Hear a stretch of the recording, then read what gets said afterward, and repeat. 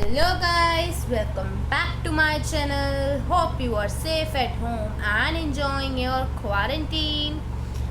Okay, so in the previous video we have completed our exercise of chapter 1 chemistry, that is chemical reactions and equations, and this is the time for commencing the new chapter of biology, that is chapter 6, life processes. So let us begin. Okay, so let me this is a very lengthy chapter and it is very essential to understand each and every concept of this chapter, because many of the students find it very much difficult, and guys, don't just feel afraid of this chapter. I am there for you. Okay, let us start this chapter. Life processes. Life processes, what a person mean by life processes. Okay, life processes are those processes which help in the maintenance of our body of या फिर which help in the maintenance of our life. So that help in maintenance of our lives are said to be life processes.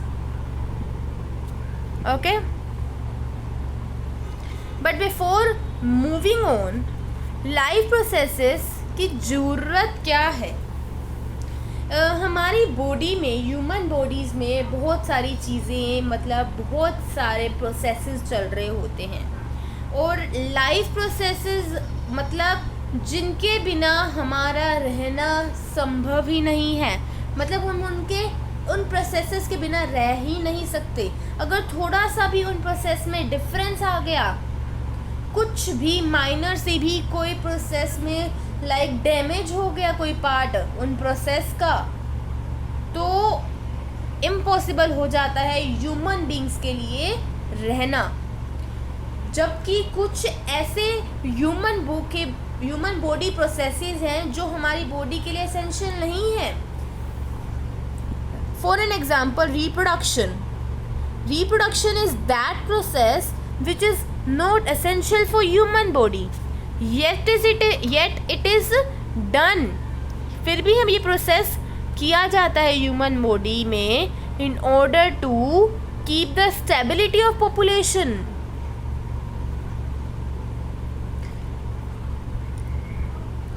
या फिर variations लाने के लिए, या फिर chromosomes के नंबर को सेम रखने के लिए ये रिप्रोडक्शन किया जाता है. हम इस टॉपिक के बारे में अपने बायोलॉजी के आगे आने वाले चैप्टर्स में ज़रूर पढ़ेंगे. But before just starting or going up to the theory, I want to make you clear some of the important points of this chapter. Life processes में इस चैप्टर में हम स्पेशली 4 पढ़ेंगे. न्यूट्रिएंट्स, रेस्पिरेशन, थर्ड हम पढ़ेंगे excretion, और actually fourth excretion and third transportation. अगर इन चारों में से कोई भी ऐसा पार्ट होता है जो डैमेज हो जाता है, या फिर इन चारों में से कुछ भी प्रोसेस ख़राब हो जाता है या फिर परफॉर्म नहीं होता ह्यूमन बॉडी में, तो survival is very much difficult. Even survival हो ही नहीं पाता. अगर सर्वाइवल होता भी है उस ह्यूमन का, तो वो टेम्परेरी इंस्ट्रूमेंट्स के थ्रू होता है. सी, न्यूट्रिशन का मतलब रहता है खाना खाना और उस खाने को डाइजेस्ट करके एनर्जी यूज़ लेना और उस एनर्जी से अपने काम करना. अगर डाइजेशन ही ना हो, तो अगर फूड ही ना मिले, तो एनर्जी कहाँ से आएगी? अगर डाइजेशन नहीं हुआ तो फूड के बड़े पार्टिकल को छोटे पार्टिकल में कन्वर्ट कौन करेगा? एनर्जी कहाँ से आएगी? रेस्पिरेशन में अगर लंग्स ने काम करना बंद कर दिया तो सांस कहाँ से लेंगे? एल्वियोली जो लंग्स के अंदर होती है ऐसी दिखने वाली, उसने काम करना बंद कर दिया तो क्या करेंगे हम लोग? वैसे ही ट्रांसपोर्टेशन में हार्ट 1 मिनट के लिए रुक गया तो क्या होगा? एक्सक्रीशन में अगर हमारे एक्सक्रीटरी ऑर्गन्स ने काम करना बंद कर दिया तो क्या होगा? किडनियों ने काम करना बंद कर दिया तो क्या होगा?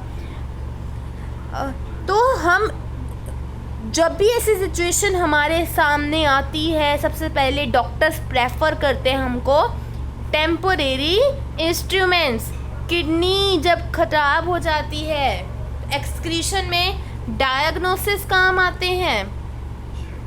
आगे मैं इसके बारे में अच्छे से बताऊंगी आगे चैप्टर में। और मतलब जब भी कोई प्रोसेस खराब होता है टेम्परेरी होते हैं, वो परमानेंट कुछ नहीं लगाया जा सकता और किसी भी इस टेम्परेरी इंस्ट्रूमेंट की गारंटी नहीं दी जा सकती even by a specialised doctor. Moving on, life processes I believe that समझ आ गया होगा। Moving on, molecular movement. So what is this molecular movement? चलो ठीक है, मैंने ना आपसे कुछ क्वेश्चंस पूछने हैं। पहला क्वेश्चन कि आपको कैसे पता कि जो लीव्स हैं, लीव्स जो होती हैं हमारी लीव है, ये लिविंग है या नॉन लिविंग है? लिविंग है मतलब ये लिविंग है या फिर डेड है? या फिर एक डॉग है वो सोया पड़ा है, वो लिविंग है या डेड है? काऊ है, वो लिविंग है डेड है? तो मतलब मोस्ट ऑफ द बच्चों का जवाब होगा कि काऊ सांस ले रही है, वो लिविंग है। डॉग सांस ले रहा है, वो लिविंग है। लीव्स ग्रीन है, वो लिविंग है। पर उन लीव्स का क्या, जिनके colour pink, blue, orange, red या फिर किन किन लीव्स के कलर ग्रे और गंदा कलर होता है, उनका क्या? आप नहीं बता सकते वेदर दे आर लिविंग और डेड। और आप किसी भी ऐसे ऑब्जेक्ट को देखकर ये नहीं बता सकते कि वो लिविंग है या डेड है। उसके लिए हमें पता लगानी होती है मॉलिक्यूलर मूवमेंट। अगर यही क्वेश्चन लिविंग और डेड का हम किसी साइंटिस्ट को जाके पूछे तो साइंटिस्ट यही बोलता है कि हम मॉलिक्यूलर मूवमेंट्स को चेक कर सकते हैं in order to identify whether an object is living और डेड। ठीक है, तो मॉलिक्यूलर मूवमेंट्स क्या होते हैं? मॉलिक्यूलर मूवमेंट्स वो मूवमेंट्स होते हैं जो हमारी बॉडी के अंदर चल रहे होते हैं। अब मैं आपको एक चीज़ बताना चाहती हूँ। एक वायरस और बैक्टीरिया होता है जो अपने आप लिविंग नहीं कहलाया जा सकता। वो लिविंग तब होता है जब वो किसी ह्यूमन बीइंग के अंदर जाकर उसके सेल फंक्शंस को यूज़ कर अपना काम करता है, तब वो लिविंग कहलाया जाता है। तो बहुत सारे साइंटिस्ट ऐसे भी आए जिन्होंने उसे लिविंग बोला, किन्हीं ने उसे डेड बोला और किन्हीं ने ये कंसेप्ट निकाला। मतलब मॉलिक्यूलर मूवमेंट सब में नहीं होता बट मोस्ट में होता है, इसलिए मेजॉरिटी के लिए डेड और अलाइव का क्वेश्चन सॉल्व करने के लिए नाम यूज़ किया गया मॉलिक्यूलर मूवमेंट।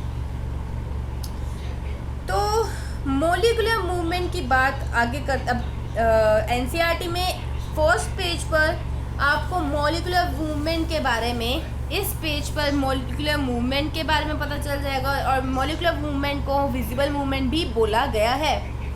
आगे चलें तो इसके आगे लाइफ प्रोसेसेस की डेफिनेशन दी हुई है आपको ऑन दिस पेज। और न्यूट्रिशन, रेस्पिरेशन ट्रांसपोर्टेशन एक्सक्रीशन के बारे में थोड़ा सा ब्रीफ भी आपको इस पेज पर ही समझाया हुआ है, एंड जो मैंने आपको समझा दिया है। और moving on the next page आपको एक ब्लू बॉक्स मिल जाएगा। तो let's solve this one. Why is diffusion insufficient to meet the oxygen requirements of multicellular organisms like humans? तो क्वेश्चन इन्होंने बहुत इंटरेस्टिंग पूछा कि डिफ्यूजन मल्टीसेलुलर ऑर्गेनिजम्स के लिए क्यों नहीं होता।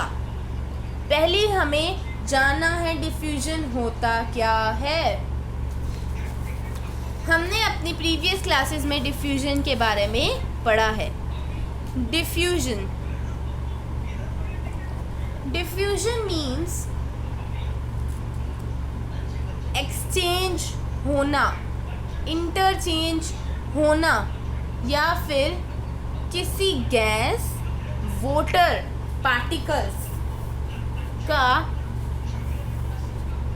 बाहर बॉडी के थ्रू बाहर जाना या फिर अंदर आना।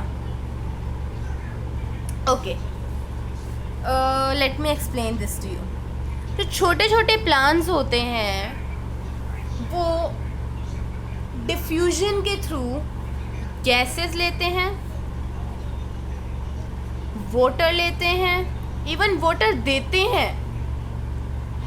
तो उनके अंदर सारा काम डिफ्यूजन के थ्रू हो रहा होता है, क्योंकि वो छोटे हैं, उनकी रिक्वायरमेंट्स इतनी नहीं है। पर जब प्लांट ट्री में बदल जाता है और ट्री का साइज इतना बड़ा हो जाता है, उसके अंदर इतने सारे प्रोसेस काम करने लग जाते हैं, तब डिफ्यूजन उसका कुछ काम नहीं आता। लेकिन काम आता है, लेकिन इतना काम नहीं आता। कभी आपने देखा है कि प्लांट के ऊपर छोटी छोटी ड्रॉपलेट्स होती हैं। तो सब कुछ ये ड्रॉपलेट्स डिफ्यूजन की वजह से ही होती हैं। It is all because of diffusion. तो क्वेश्चन क्या है कि ह्यूमन बीइंग्स में डिफ्यूजन काम क्यों नहीं करता। सबसे पहले अगर हम बात करें, in human beings are multicellular, human beings are multicellular. और तो और उनका हर body cell, their each body cell is not in contact with atmospheric air या फिर atmosphere। अब उनके अंदर ऐसा तो उनके अंदर ह्यूमन के अंदर बहुत सारे सेल्स होते हैं, और ये नहीं है ज़रूरी कि उनका हर बॉडी सेल एटमॉस्फेयर के डायरेक्ट कांटेक्ट में होए। डायरेक्ट कांटेक्ट में नहीं है, जिसकी वजह से हमें ये सारे लाइफ प्रोसेसेस करने पड़ते हैं, रेस्पिरेशन करना पड़ता है ताकि एयर उसके अंदर आए। अगर ऐसे ही हमारे सारे बॉडी सेल्स एटमॉस्फेयर के डायरेक्ट कांटेक्ट में होते तो हमको इन लाइफ प्रोसेसेस की ज़रूरत नहीं पड़ती। दूसरा पॉइंट, डिफ्यूजन एक बहुत ही ज़्यादा स्लो प्रोसेस है। Diffusion is a very slow process, और diffusion is a slow process. और अगर अब हमारे में इतने सारे रिक्वायरमेंट्स है, हमें एक ही वक्त खाना भी खाना है, मोबाइल भी चलाना है, हमें एक ही वक्त मोबाइल चलाना है, गेम खेलनी है, पढ़ाई भी करनी है, हमें बहुत सारी रिक्वायरमेंट्स है हमारे पास जो हमें एक टाइम पे करनी है। उसके लिए हमें बहुत सारी एनर्जी चाहिए, और बहुत सारी एनर्जी डिफ्यूजन से हमें मिल नहीं सकती। ये तो रीजंस हैं जो हमारे फर्स्ट क्वेश्चन ब्लू बॉक्स को सेटिस्फाई करते हैं। Moving on to the next question, what criteria do we use to decide whether something is alive और नॉट। मैंने आपको बताया है मॉलिक्यूलर मूवमेंट या फिर visible movement. What are outside raw materials used for by an organism. तो मैं आपको एक बात बताना चाहती हूँ, ये ट्रिक है या फिर कुछ भी समझ लो। पता क्या है, ये वाला क्वेश्चन जो है, स्पेशली यही वाला क्वेश्चन जो बहुत बच्चों के द्वारा गलत पढ़ा जाता है। ये क्वेश्चन का मीनिंग बच्चे क्या पढ़ते हैं कि कौन कौन से ऐसे रॉ मटेरियल्स होते हैं जो ऑर्गेनिज्म को चाहिए होते हैं। बट अगर हम क्वेश्चन को ध्यान से पढ़ें तो क्वेश्चन है कि कौन कौन से ऐसे रॉ मटेरियल्स हैं जो किसी ऑर्गेनिज्म को चाहिए होते हैं। वो क्यों चाहिए होते हैं, क्या करते हैं ऑर्गेनिज्म उनका। क्वेश्चन को ध्यान से पढ़ो फ्रेंड्स। और इसका आंसर है in order to do life processes, या फिर in order to gain energy, in order to do the work, in order to like do their daily requirements, and in order to satisfy their needs, energy, work. Next question, what processes would you consider essential for maintaining life? So the answer is life processes. आप चारों life processes जो हम इस chapter में पढ़ने जा रहे हैं उनका नेम दे सकते हो। अगर आपको मेरी वीडियो पसंद आई है तो like my video, subscribe my channel and press the bell icon for notifications. Thank you.